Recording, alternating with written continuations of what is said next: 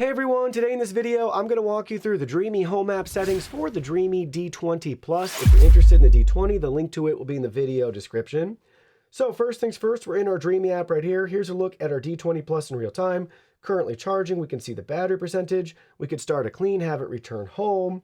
We could also go to the device. So we're going to select that. And from this screen, we could create our first map. You may see your map there if you've already used it and had your map created. But a lot of options we can dive into within the settings here. We'll start in the top right-hand corner. We can search for a setting we want. We can see a breakdown of our cleaning history here. We can schedule a cleanup.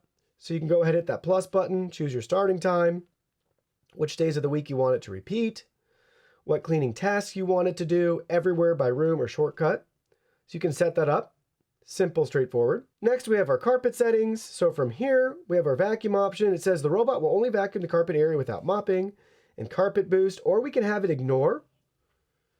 Like there's no carpet and it can be mopped. So think of things like rubber mats, etc. So up to you depending on your floor type.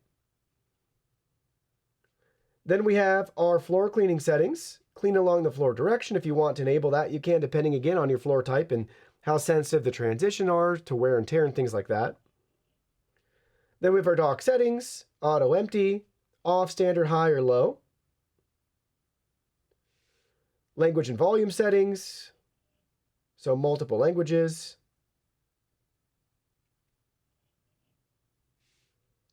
More functions, so at home screen shortcut, do not disturb mode.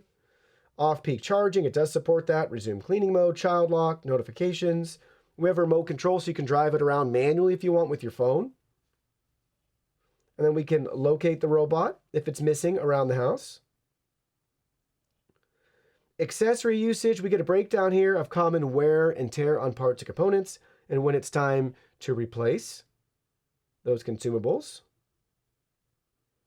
But very nice that it keeps track of all that.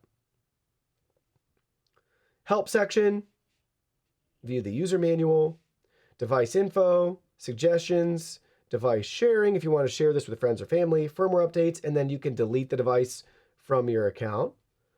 Back on the main screen, we see our cleaning stats up at the top. On the left-hand side, we can hit that little, I don't know what you want to call it, little Dreame icon there. Give you some tips and tricks. On the right-hand side, the map with the eyeball shows you what you can display on the map. You can rotate it. You can view your map in 2D or 3D. Then you can also edit your map. This will give you map editing settings. This will be things like setting up no-go zones, renaming rooms, start fast mapping down below. Left-hand side, we have our custom cleaning modes. So do you want to just vacuum only, vacuum and mop, or customize depending on the room? So you can see the breakdown here. So 3 different route options for just mopping. You can adjust the wetness. We have 4 different suction settings with the Max Plus. You can enable too. And 2 route options for just vacuuming.